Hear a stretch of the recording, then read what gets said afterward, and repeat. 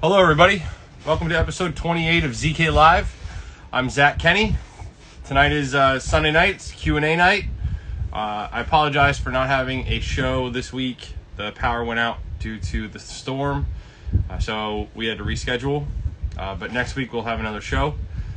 We're going to be answering questions tonight, probably talking about rolling and tipping a bit. We had a lot of questions about that. We're going to talk about probably some classes that we may be putting on. We're going to talk about warranty and going back and fixing jobs. But yeah, it's Sunday night. I'm assuming you can all hear me. We had a big week. This coming week is going to be a huge week for us. We have a new deadline that we need to get a bunch of things done on the black gloss project. So we're going to be moving some people up there. I look a little shorter. Yeah, I put the camera up higher so my head wasn't blocking this. So it's like angled down and I can see myself. Maybe I'll drop it down a bit. Yeah, so we have a big week, but we have reinforcements. Dan and Bradley, the new guy, are going to be going up to Boston to help out the team. So yeah, it's going to be exciting. The mahogany project is coming along nicely. We may be having a design change as far as the spec goes. I just got a message from the architect. He loves the look of the sanded wood. So lots of things up in the air. We're going to be back at the black eco satin project on those panels. Thanks to this massive paint heater here. So I think paint goes in here and it comes out here. We're going to be heating up eco and spraying it through an air-assisted airless in order to try and get it to lay out but dry fast at the same time. We're going to be keeping very close track of surface temperature. That thing weighs a ton. It is solid. It's interesting. In my world, like in most of the world, like you buy things and they're ready to rock. This is such a commercial industrial piece of equipment that we have to hook up the wiring ourselves. Like it didn't come with just a plug to just plug it in. I think I have to figure out the wiring on it, so I'm going to take it apart tonight and see if I can figure out what I need to do. It's supposed to be pretty simple, so we'll see how that goes. First coat on the handrails, very exciting. We have to get to a stopping point. Friday is the goal, to have everything but the 2 full rooms finished in black gloss. So we have all hands on deck to do that. I think we should be good. What else is going on? We got a lot of cabinet jobs coming up. We have still a lot of black gloss doors to do for that project. We sprayed the kitchen counter and sink with metal. I have a product coming that we're going to be coating all that metal in. Very exciting new product. And I've been thinking a lot more about having a class where on a weekend we might have 4 or 5 people come out, spend 2 full days with us in the shop, and go deep into. We've had lots of requests for the business side stuff, talking about how to get into the higher end, how to manage clients and move up on that side. And then I've had lots of people asking about spraying and Fine Paints of Europe and the metal and all those things. So I can't ignore how many people have asked to come to the shop and have asked to learn. And I've messaged so many people all the time, but it's really hard to talk someone through something in a very short amount of time. So I figure we have the shop, we have the space. I think it would be cool to have 4 or 5 people out. I don't want to have too many people because then it's not hands-on enough. But I think, I paid a consultant a lot of money to come out and do a one-on-one with me when I first started getting into fine paints. the money I invested in that paid off 100-fold. And I think we can do a very similar thing, and help out a lot of people, and also build community even more, a stronger community. I would love I would love to have like a painter summit or a conference where we all got together and talked about coatings and got to know each other and share secrets. And that happens at PDCA, but that happens more about the business side. And so I think we'll start small with a few people will come out, but I think if we can get work toward some sort of a painter summit or a craftsmanship summit. I know the PDCA has craftsmanship forum, but I think we could maybe do something here at the shop that would add a lot of value to people's lives. I would have loved to have gone to something like that when I was starting out. So that's in the works. I'm looking for more feedback from everybody. But I just love the idea of getting together. I've gone to a number of conferences. I've gone to certifications, and it is just so invigorating to go spend a weekend with other craftspeople learning the trade, or learning an aspect of the trade, and upping your game, and getting to know other people who are also trying to up their game. And it's super valuable. Social media has been great. It connects us all, but to do it face to face for a weekend, I think would be tremendous. So again, if you guys are interested, I'd love to hear from more people about what they would want to see. I have some ideas, but I think we're always trying to elevate the standards of the trade and spread knowledge and keep people, we run into too often, we see paint contractors who they're just going through the motions, or maybe they just don't know any better. We're on a project now with all the mahogany, and they're brushing on, it's a multi-million dollar house, custom, there's over $1 million in millwork in the house, and they're brushing on Regal semi-gloss. Regal Select semi-gloss is being brushed on the trim, and those things just should not happen.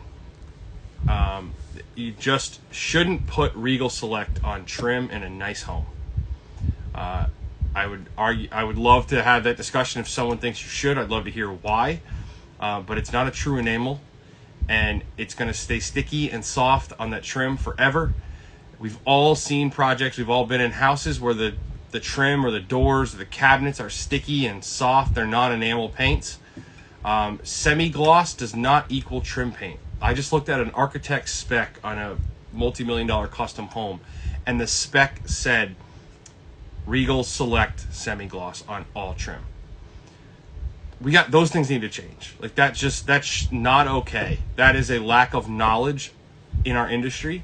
That's someone needs to talk to that architect and just say, like, look, here, let me briefly explain to you why Regal Select does not belong on trim in a multi-million dollar custom home.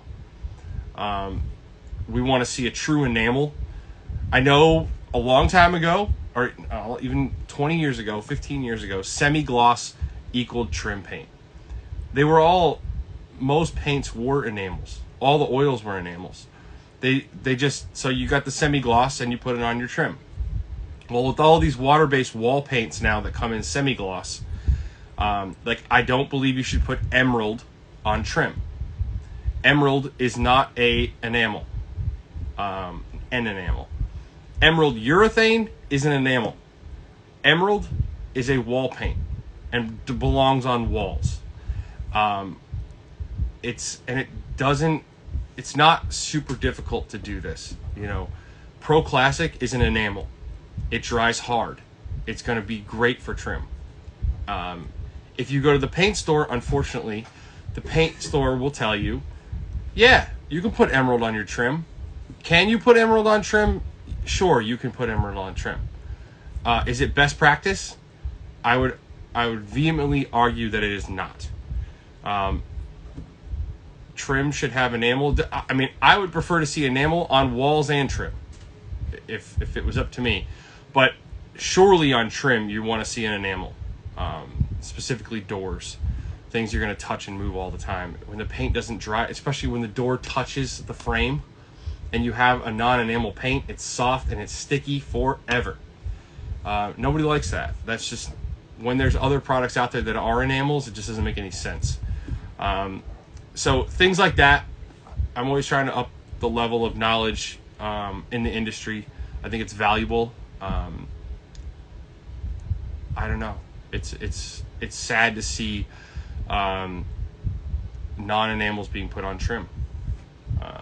So we have a lot of questions tonight. A number of questions, not a lot.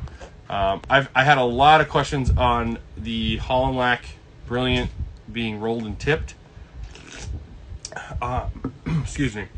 Just as I was signing on, I saw Phil made a post about the brushes. Everybody can go check out Phil's post about the brushes. Those brushes were brought to my knowledge by a great painter, Jessica Allred, who's been on this show. Excuse me. From Alternative Finishes. She's a true craftsman, so freaking knowledgeable, and studies the craft, and has so little ego as it relates to painting in life. But she just keeps the ego out of painting, and so she was able to find, in her search for the best brush to roll and tip, she was open to trying brushes that were not expensive and were not sold at paint stores. So she found this brush, and when you see the brush and touch the brush, you understand why it is a great brush for tipping. Very, very smooth, very fine bristles. They don't fall out of the brush. Someone had mentioned that in one of the posts, in one of the comments. It's a very, very fine brush, and so when you rolling and tipping is applying paint with a roller, generally a foam roller. This was most often rolling and tipping is done in the boating industry. A lot of work on boats and yachts is done using rolling and tipping. At least before sprayers it was, and it still is quite often. Where you apply the paint, like you saw in the video, with a foam roller, ideally, and then you use a brush on a very parallel to the surface angle, so you're not keeping your brush up like this. As many of you know, the farther you tilt your brush down, if the surface is like this, the farther you tilt your brush down, the less paint you're going to be taking off, the less you're going to be like pushing into the paint, right? When you're vertical, when you're perpendicular like this and you're brushing, you're really moving the paint around a lot. And then when you lay off paint like this, which was how we tip off our paint, very softly, just to knock down the air bubbles and to lay out the paint. And then with the oil, it stays open long enough that if you have a very smooth surface and you apply a very even amount of coating with the foam roller, now you use that brush and you just tip it off. Just knock down the bubbles, give it a very subtle brush stroke, and it all lays out. And it's beautiful. And it's a lot easier to use a foam roller to evenly apply oil-based paint. Anyone who's worked with oil-based paint knows it takes a lot of effort to move and brush oil-based paint if you're just brushing it, right? And that's why oil-based paint brushes for most of time have been very stiff, shorter bristle, very stiff brushes. They allow you to work and work and work that paint very perpendicular and working in lots and lots and lots of brush strokes to really get that, because oil-based paint does not want to spread out the way that water-based paint will just spread off the brush. So typically oil-based paint brushes have been natural bristle brushes that are fairly stiff, which allows you to really work that paint, which is great for traditional brush finish. So we have a job on the mahogany project. We're doing the cabinets. We made 2 samples for the architect, and neither of them have enough brush strokes in them. So we're going to actually switch back to an Omega brush, the one that Fine Paint sells from Holland. It's a stiffer bristled, natural bristled brush, and it puts a much more pronounced brush stroke in, what we would call traditional brush strokes, a traditional brush finish. And that's the look the client's after. quite often, though, we have clients who want a brushed finish, or we're brushing to try to minimize the brush strokes, what we call a modern brush finish, where it has very, very, very subtle brush strokes. In that case, now there's modern paint technology, modern paint brushes, these synthetic fibered brushes. And yes, they're not awesome at applying the oil-based paint because they're softer bristles. And so if you were to take your brush and try to brush it out over a surface, it's going to be harder because the bristles aren't as stiff to move the paint. That's why we use the foam roller. We use the foam roller, we apply the paint, you can spread it very nice and evenly. The paint is evenly spread amongst the surface, and then we just tip it off. I would encourage you, I'm sure there are a number of YouTube videos on rolling and tipping. We did a short video, Phil made one showing kind of how it works. Oftentimes when whole rooms are brushed, in a more traditional setting, they want a brushed finish in a gloss room, say. I know guys who do that. And rolling and tipping is a great way to do a larger bristle brush. Chinex bristle brush is, it will work. FPE is a broad, I'm assuming you're meaning Holland Lac. Chinex bristle brush with Holland Lac will work. That's a stiffer brush. That's a little more like that's going to give you a more pronounced brushed look. The Chinex bristle brushes are great. They're stiffer. But I would say that the Tinex nylon, the Vegas, for example, that's got a much finer bristle. If you look at the two and feel the two, you can rub them on your face and you'll feel the difference. So the Tinex nylon is going to be better for tipping if you're looking to minimize brush strokes. Houndstooth, Phil just posted a picture on his feed of the brushes that we are using to tip for a modern brush finish. They come from Michaels. They're not expensive at all. And when you see them, when you touch them, you'll understand why they're so good. They would not be great at applying paint across a large surface. And yeah, they probably are a nylon bristle. They're very, very fine synthetic or man-made brush. Before we found those, we used to use the Vegas and the other, I believe, the red bristle from Corona, which I believe is Tinex nylon. Those are, again, very, very fine bristles, and so they lay out the paint with minimal brush strokes. But if you were to try to brush something with those, it's going to be a lot more work to try to get that paint to spread with a softer bristle. And that's kind of the difference. Yeah, the Sabre and the Vegas are those brushes. And they're great brushes. I do like them a lot. Let's see. So I posted a picture of a warranty job that we just fixed this week. 3 years ago, we did a project where the front of the house had been painted, but the other three sides were natural shingle style, uncoated. They turned black. And because of the wood preservative, I'm very confident in painting unpainted, uncoated shingles. In the past, I would have maybe put a solid color stain on, but never would have painted. Because of the wood preservative now, we feel very confident painting bare wood. So that project, you can go back 3 years into my Instagram feed and you can find video of us doing it. We sprayed on C2 Guard wood preservative, and then we sprayed on oil-based primer, and then we sprayed on 2 coats of emerald at the time.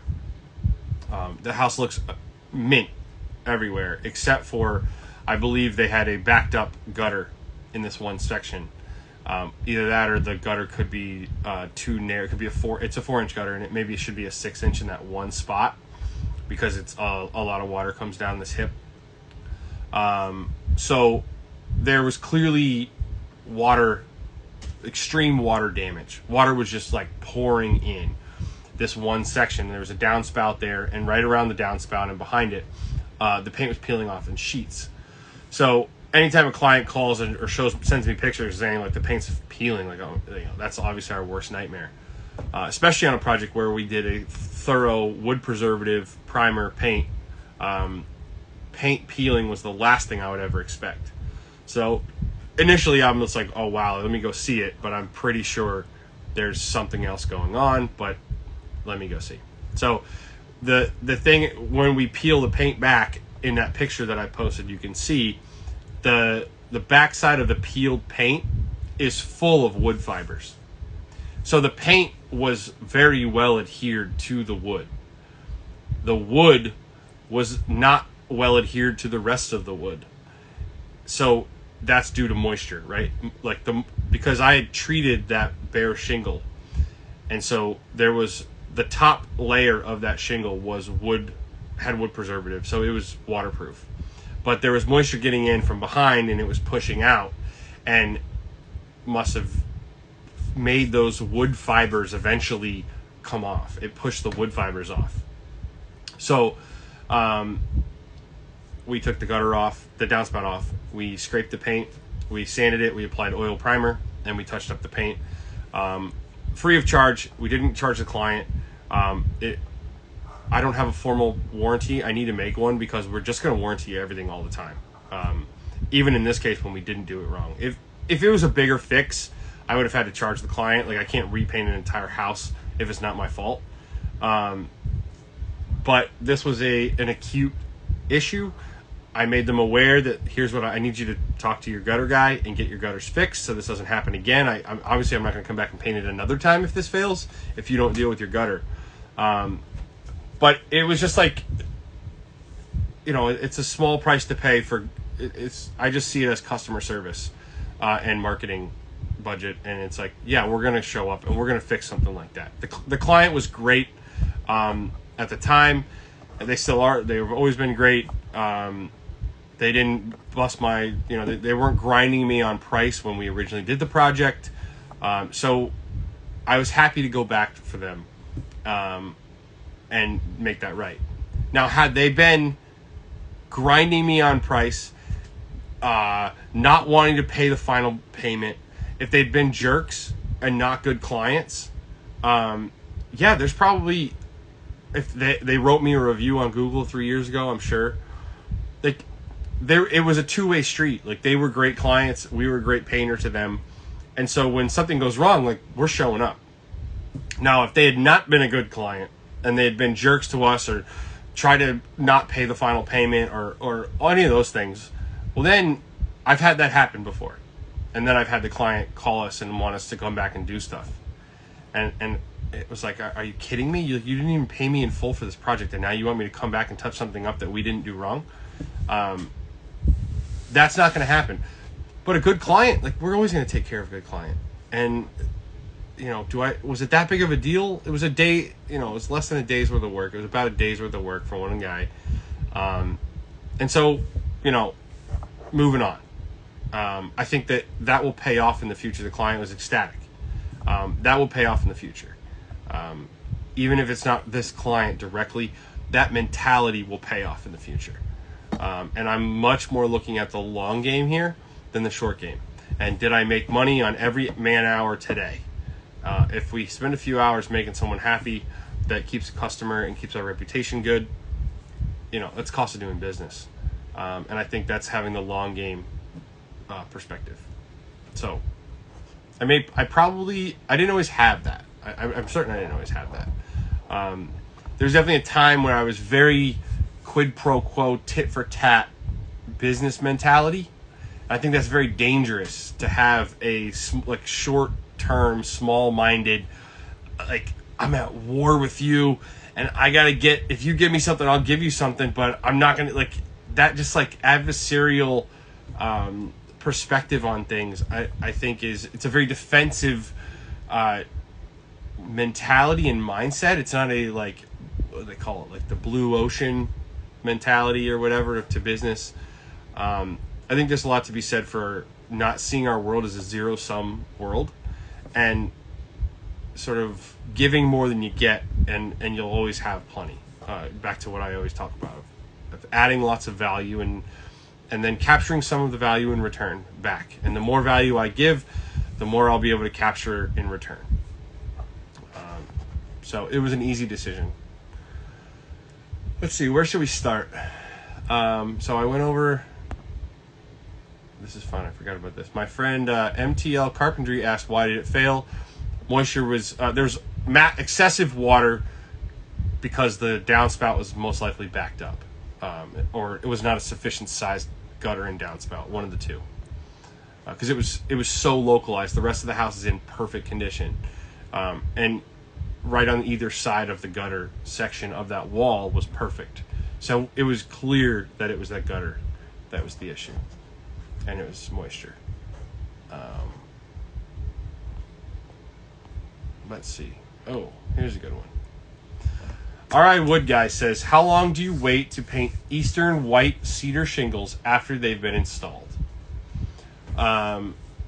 So, I mean, there's a lot of answers to that. I would want to wash them after, I don't know. I would say like 3 months would probably be the max I would wait without washing them, like power washing the house before I painted them again, because you're going to get mold and mildew growing on them at some point, and we're going to want to use oil-based primer, so we're not going to want to lock in mold and mildew with food.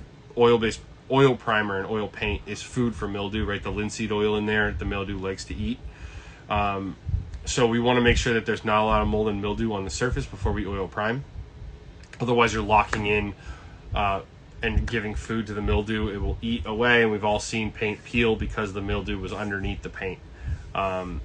So on Eastern white cedar shingles, if they were installed new and they were taken care of, I would probably want to get them coated within 2 to 3 months the most. Otherwise, we just have to wash the house before we coated them.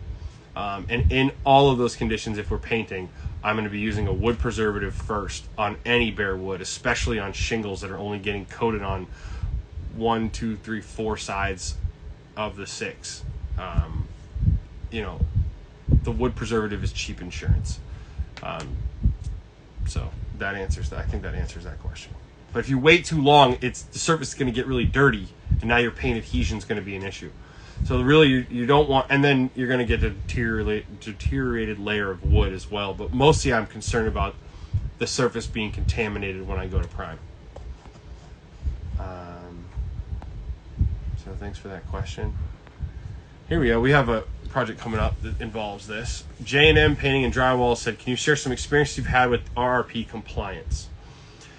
I will share that we do very little lead work because we do it all by the book with RRP compliance, and Rhode Island has some fairly strict laws.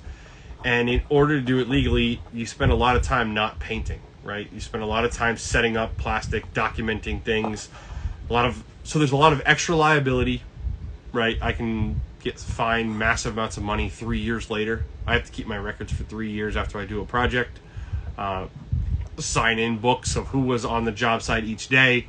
You have to have a plan on how you're going to take care of, you have to clearly show that you've educated your employees on how to do things. There's a lot of extra work that goes into it, right? Then on the day of when you go to actually paint, like now you have to mask the inside of every window with blue tape and plastic so that no dust gets inside the house. You have to alert the neighbors, which is never fun, to say, hey, we're going to be working with lead next door. Come watch us. Then you have to put 6 mil plastic 10 feet out from the house. You have to catch all of your chips. You have to contain them at the end of each day. A lot of work goes into the paint, goes into not painting, which obviously adds a lot more cost. Add to the fact that now if a kid tests with all children get tested at school for lead when they're young, and if one of those kids has an elevated level of lead, now they go to the parent and they say, give us a list of anyone who's been doing work in your house in the last 3 years. And they come to me now and they say, well, let me see the book that you had that showed all the people working, and let me see the proof that you were like compliant, right? And I have to show them all that stuff. And so there's a lot of it, and then I can get big fines, right? If I don't do that properly. So if I'm going to do all that, if I'm going to take on those liabilities, I'm going to also now take on all that extra labor. And so what ends up happening is 99% of the time, this is why we don't do much. I've done 2, and we're about to do one that's very different and unique. I'll tell you about that. But the biggest one we did was a restoration of an old church that's now a house. It's beautiful. It was the biggest learning lesson I've ever had on a project. But we absolutely crushed this project as far as the actual painting went. I really dropped the ball. I was early on in my career. I did not know how to manage clients and expectations, and I burned that bridge at the end. And I'll share about that sometime. But we removed every ounce of lead, every ounce of paint off the outside of this house. And they had double crown moldings. It was this gorgeous church that was now a house. So, but by the time we were going to do all this stuff, it's like, what are you going to, you're going to have me scrape the loose lead paint and then paint it? So by the time, because if you hire me to come do it legally, what we end up, why I never win them is I say, like, honestly, I think you should just remove all the paint from your house. Do it one time and be done with having lead paint. Well, that's very expensive now, so we just don't do it very often. I know there are plenty of guys who are doing it that aren't going that extreme, but I just look at it like, if I'm going to do this, I don't really want to do it, but if I'm going to do it, I want to do it in a way where we are doing a restoration. We are getting rid of all lead. I've done that. I did a project on the east side of Providence with window sashes, and so we restored all the window sashes. We took every window sash out of the house. We stripped them to bare wood. We took the glass out. We documented this whole process. We put the glass back in. We painted the windows. We shellacked the sides of the windows, and we used beeswax to the sides of the window with shellac so that they slid nice, and you don't paint the sides of the window. Same with the tracks. We stripped the tracks. Took the parting bead out. We stripped that down, and we put shellac and beeswax on the parting bead and on the sides of the tracks.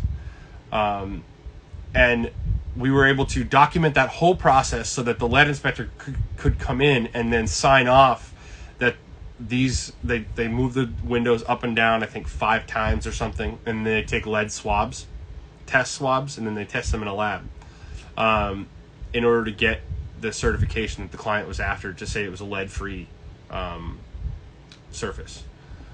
So, we kind of come in, and if we're going to do lead, it's sort of in extreme circumstances.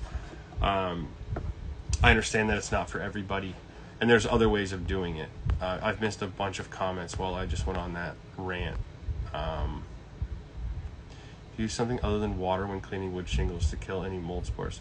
Yeah, we use cedar wash, or we'll use chlorine bleach. It's not ideal. Cedar wash is really the best product, or oxalic acid or citric acid. Yeah, it's very tough to get clients to want to pay for doing lead legally. I just had my neighbor having it done illegally. I ranted on this on Instagram about it when it happened. Yeah, the fines are huge for lead. So I just look at it like, if I'm going to do it, we're going to do it by the book, which means we don't get very many lead projects. But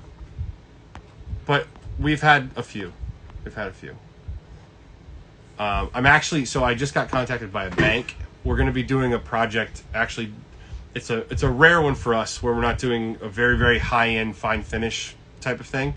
But again, we're using our coatings expertise to give the client what they want. In this case, the client needs, it's a bank, it's a foreclosure. The client needs a lead certified company to come in and get them a certificate of compliance, which is what they need in order to sell the building. So we're working with the lead inspectors, which I happen to know from other projects. And so we've come up with a plan to get them a certificate of compliance. I will not be probably documenting this project. It's going to be the ugliest thing we've ever done. The house will be probably completely demoed and restored when it's sold and bought by somebody else. But in order to legally sell the building, they need to get a certificate of compliance. This is a building that's boarded up right now. And not boarded up, it's got metal boarded. It's boarded up with metal things on the windows. But we are going to come in and we're going to remove all loose and peeling paint. and we're going to get them a certificate of compliance. But we don't typically do stuff like that. Most of what we do is when it's lead based, is restoration work. In fact, I had a client this summer who came to me and wanted us to do it, and I just recommended to him he should probably put vinyl siding on his house. I think that was a better use of his money. The house didn't have a historic value to it, and it was just cheaper in the long run to wrap the house in vinyl than it was to remove the lead paint and paint it properly, safely. Yeah, so that's that. Here we go. Schindler's Museum asks, why do you use a foam roller to distribute the paint on the banister? What is happening? Someone is just randomly putting things in the comments. I'll have to get rid of them. Why do you use a foam roller to distribute paint on the banister? The foam roller adds the least amount of texture to the paint as we apply it. So if you take the black foam rollers and you work the paint, you get just a very, very subtle foam roller texture. And you don't have to worry about fibers, right? If we were to take even a microfiber, I gotta get rid of this guy. I don't understand what is happening, but sorry, buddy. Here we go. All right, we got rid of that guy. That was weird.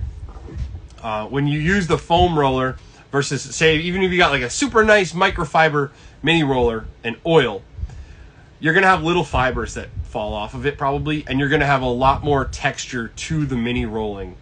I've always called them mini rollers. I know people call them whiz rollers, call them whatever, the 4-inch little rollers.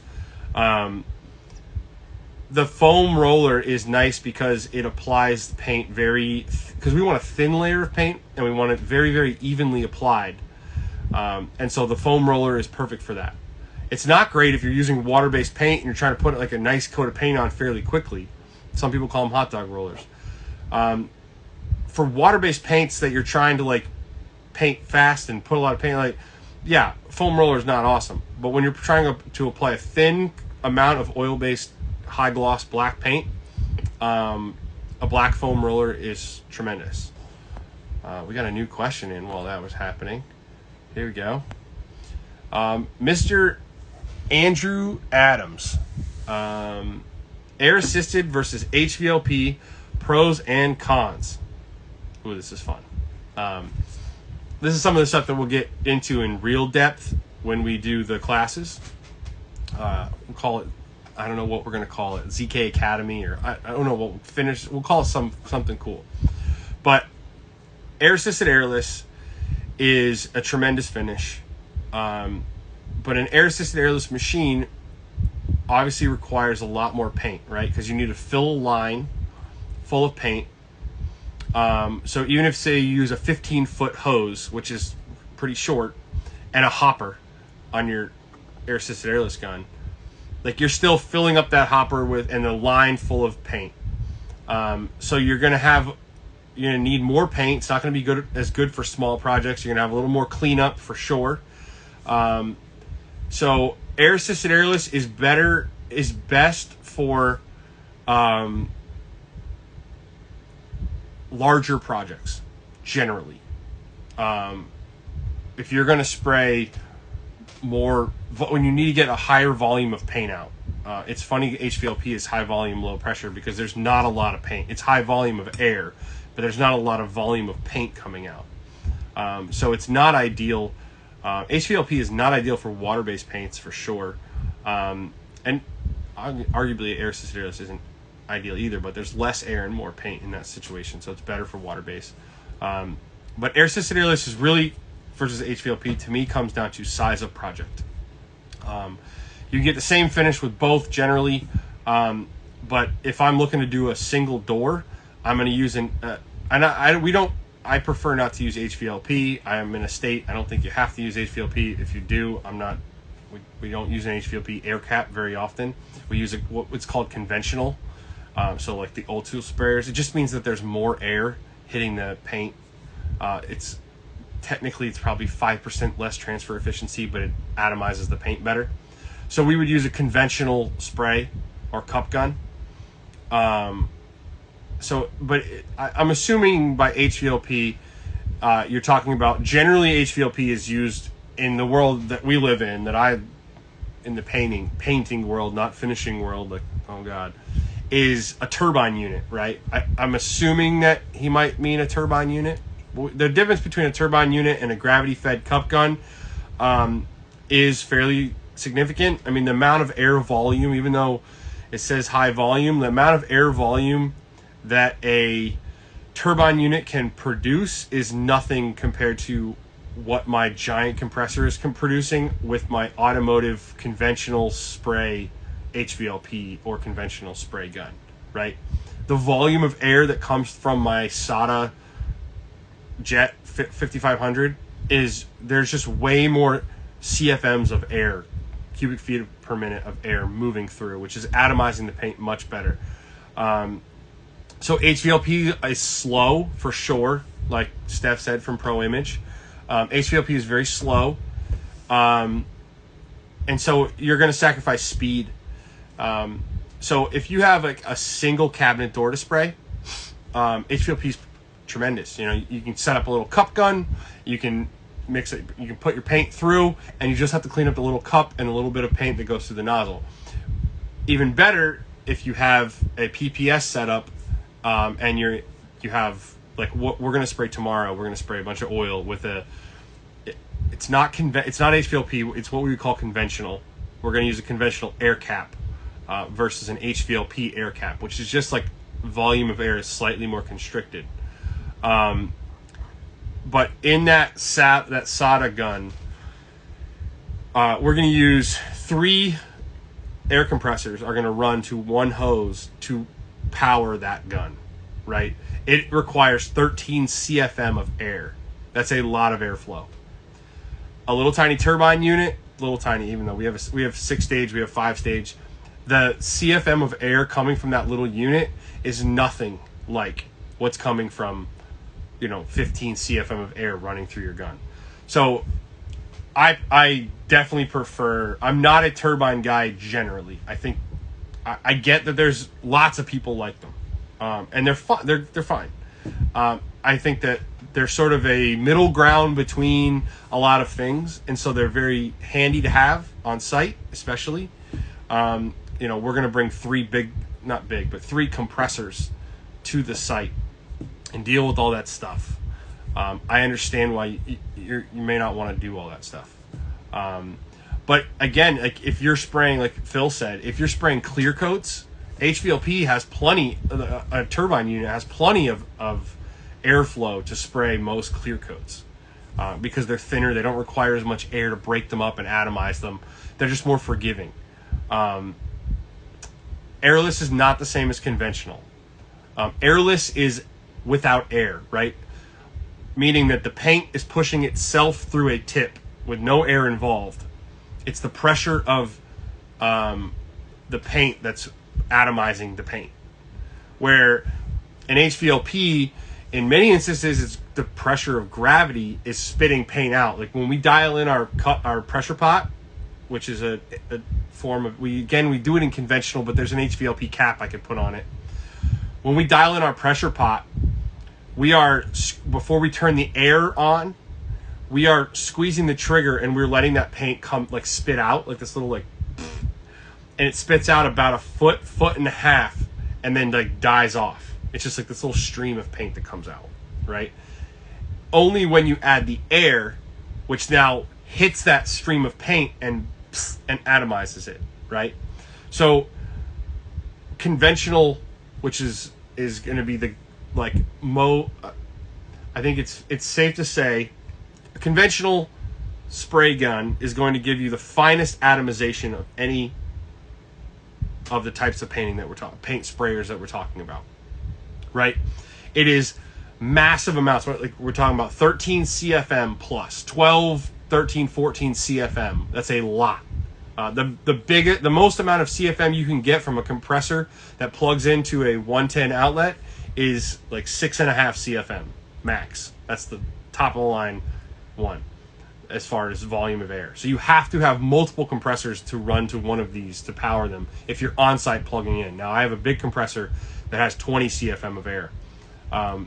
So it's a lot of air hitting that little stream of paint, which is going to really atomize into very, very tiny dots, right?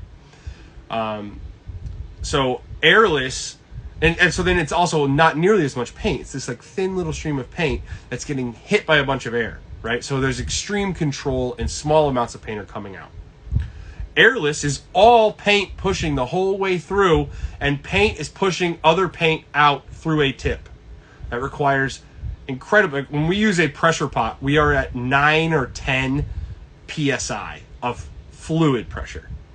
And airless is obviously 1,000, 2,000, 3,000 psi. It is much more pressure and much more paint per minute is coming out.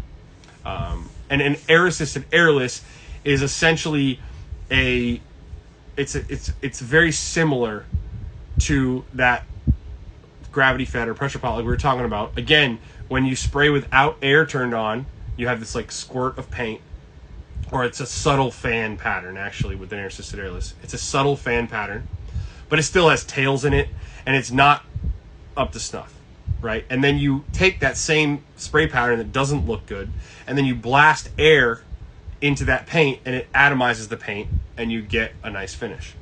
So air-assisted airless takes an airless machine and it lets you use way less fluid pressure, right? We're at 400, 600 psi of fluid pressure, and about 30 psi of air pressure. And when those two things come together, now you get the same spray pattern-ish, obviously way less volume of paint per minute, right? You'll have more control with an air-assisted airless than you will with an airless, because an airless is going to be at 1,200, 1,300 psi. So a lot more paint is going to be coming out of the gun when you pull that trigger, which is good in many cases, but is also a drawback in other cases. You're going to get a lot more control. I could go on and on about all this stuff. I hope that helped. Pros and cons. I guess I kind of got into the pros and cons. I think. Do I like the Graco handheld? It has its uses for sure. I think it's a useful machine for where it's useful. I wouldn't use it on anything really fine finish unless you're able to start and stop off of the surface. I would not want to start on a surface and finish on a surface with that machine. It doesn't have the best trigger pull, but in fine finish applications, it's probably not ideal. But it can come in very handy for spraying out one single ceiling in a room, or spraying one door. Oh, John. I know there's plenty of guys where it works out great. I've honestly, yes, ours has been a doorstop for a long time. The last time I used it was when I moved into this shop because I was spraying 4 doors with water-based paint that I didn't care about the finish on. It's great to spray primer on a couple doors in a situation where you don't have a shop like mine where I can set up a cup gun. I can set up and clean up a cup gun in minutes with the PPS setup. I'll have to show you guys what a PPS setup is at some point. It's a very similar situation, but they have that tool is not a worthless tool. Let's say there are plenty of worthless tools. I don't think it's worthless. They used to be really bad. I had one of the first ones, and I was immaculate with the maintenance on it, and I used it 3 times and it broke, and it cost as much to get a new one as it did to fix it, because it wasn't in pieces back then. It was like essentially just like the whole unit had to be thrown away. But it got them to a point now where like I think the unit now, like, you can repair it fairly cost effectively. It's not a bad unit anymore. There was a lot of aches and pains to get here, I think. But for the right project, it's great. Let's see. So this was a question based off of the picture that we used that I posted for this thing, which was the repair job on the warranty job that we did on the siding. So that was an exterior job where the paint was peeling. We peeled the paint. In this case, we used cover stain.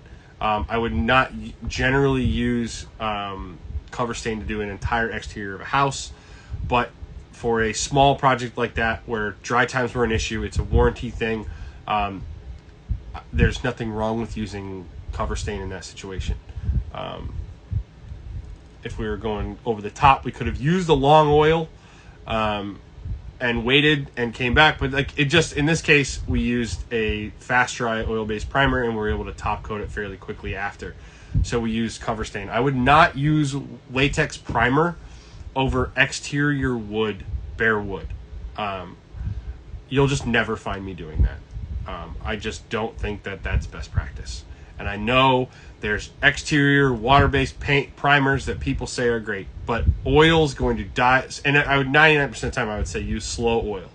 So a slow oil primer is going to dive deep into that wood and it's going to bite, and so you're going to get great adhesion. And water-based primer just does not bite, does not dive deep into the wood and give you the same bite. So generally I would use oil versus latex primer on exterior bare wood.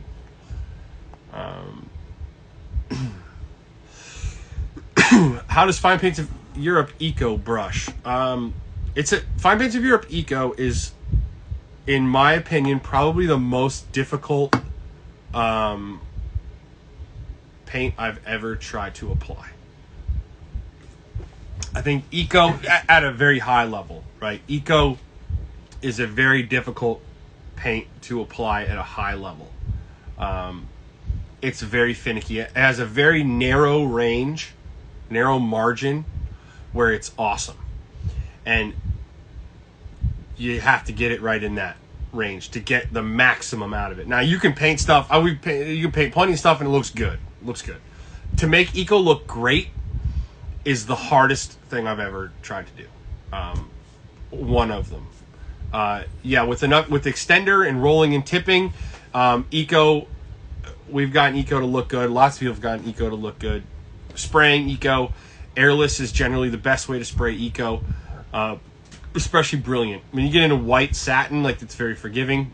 But if you get into like a dark color brilliant and you try to do anything other than an airless, I've never seen it work. The guy I know, Peter Bocan from Skyline Painting. He's a friend of mine. He's a certified painter. He is the Eco king. He's in New York City. There's a number of buildings where they're not allowed to use oil.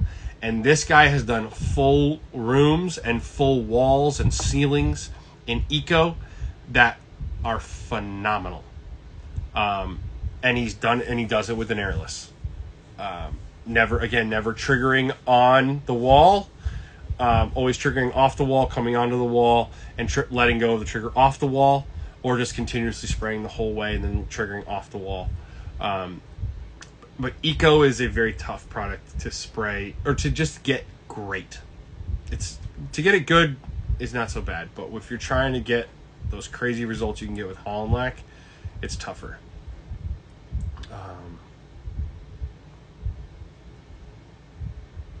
Let's see. Somebody asks Benjamin Moore or Sherwin-Williams. We've talked about that before. Yes, like Phil said, I don't think Benjamin Moore, and like many things in life, I don't think we should look at them like they're sports teams and you are a Red Sox fan and the Yankees suck. I know that's in our nature as humans. We are very tribal and we want to see everything as Yankees, Red Sox. But I don't think looking at Sherwin-Williams and Benjamin Moore like Yankees, Red Sox is going to be very useful, is a useful way to see it. I think that there are products from both companies. I will use interior trim paint. Excuse me. I will use interior trim paint as the prime example. I think that before I got into fine paints and 2K Poly specifically, let's take the two premier trim paints Benjamin Moore and Sherwin-Williams sells. You have Pro Classic and you have Advance. I think they're both good products. I'd love to see them on trim way more than I would love to see. Stop putting Regal Select on trim. Stop putting Emerald on trim. Stop putting wall paints in semi-gloss on trim. Enamels go on trim in best practice scenario whenever possible. So Pro Classic is an enamel. Advance is an enamel. Now, if I have a bathroom to paint, a repaint of a bathroom, I'm going to go with Pro Classic. Pro Classic can be recoated the same day. It's much faster dry times, right? I think that you sacrifice, it's definitely harder to get a really, really nice brushed look with Pro Classic. Because it dries faster, it tends to be ropier, it's tougher to get to lay out nice. But if I'm doing a bathroom repaint, I'm going to be using, yes, emerald urethane. I'm not talking about emerald urethane. I'm talking about emerald. If you go to Sherwin-Williams right now, plenty of employees from Sherwin-Williams will tell you that you can put emerald on trim, not emerald urethane. Semi-gloss. Put emerald semi-gloss on trim. Like, no, that's not an enamel. Emerald urethane, yes, very different story. Thanks, Jake, for clarifying. I clarified earlier, but so now this bathroom thing. If I have a single bathroom to repaint, I'm using Pro Classic from Sherwin-Williams because I can apply 2 coats in the same day. If I'm doing a whole house of interior trim, I'm using Advance because Advance is a far more forgiving product to brush or to spray as far as aesthetics. If you brush Advance with some skill, it will look sprayed. Advanced Satin, that's one of my favorite products. That's our standard for trim if we're not using fine paints. We haven't done it in a while, but we did that big project when Phil first started, that basement project, and we did Advanced Satin on that whole place. And Advanced Satin, or semi-gloss, but I'm not a semi-gloss fan. I think Advanced Satin brushed by a competent painter looks phenomenal. I mean, phenomenal. But I would not look to use it on a bathroom repaint because I'm not going to be able to put 2 coats on in a day.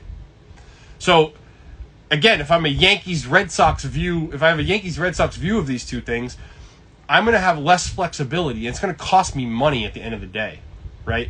But if I have an understanding of coatings and I can be open-minded to both paint companies have different products that have different advantages, right? And I think the best example of it is the Pro Classic Advance dynamic. Then different situations will make one better than the other. And I think that as a craftsman or craftsperson, like I think that's craftsmanship. Craftsmanship is taking your skills and your knowledge and applying them to the situation to achieve the result that the client is looking for. And so that can mean many different things. And so being able to have an understanding of Sherwin-Williams paint line and Benjamin Moore's paint line now gives you a higher level of craftsmanship and it's easier to serve your client well when you have an understanding of both and the pros and cons of their product lines. If you see them as Yankees Red Sox and you're only one, you're going to miss out on some stuff and miss out on some value added to the client. We have 1 minute and 33 seconds left. I'm terrified of these running out now after that one time it happened. So I'm going to end this and we'll pop right back on.